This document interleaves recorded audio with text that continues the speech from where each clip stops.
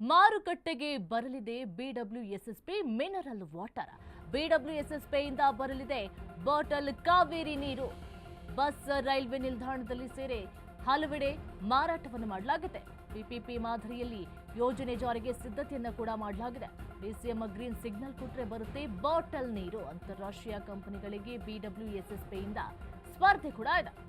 Biodegrade ಬಾಟಲ್ನಲ್ಲಿ ಇರಲಿದೆ water. ಮೊದಲ ಬಾರಿಗೆ ಬಯೋಡಿಗ್ರೇಡ್ ಬಾಟಲ್ ಅನ್ನ ಬಳಕೆ ಮಾಡಿಕೊಳ್ಳಲಾಗ್ತಾ ಇದೆ. ಮಾರುಕಟ್ಟೆಗೆ ಪರಿಸರ ಸ್ನೇಹಿಯಾಗಿ ಬರಲಿದೆ ಬಾಟಲ್ ನೀರು.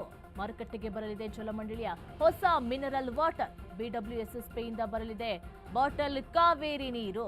ಬಿಸ್ಲಾರಿ ಕಿನ್ನೇತರ ಜಲಮಂಡಳಿಯಿಂದ ಕೂಡ ಬಾಟಲ್ ನೀರು ಮಾರುಕಟ್ಟೆಗೆ ಬರುತ್ತೆ.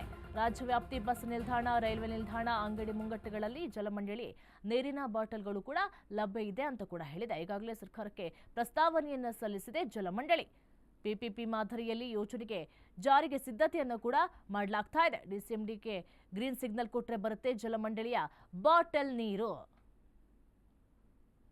ಬಿಡಬ್ಲ್ಯೂಎಸ್ಎಸ್ಪಿಯಿಂದ ಮಹತ್ವದ ಹೆಜ್ಜೆ ಕೂಡ ಇಡಲಾಗಿದೆ.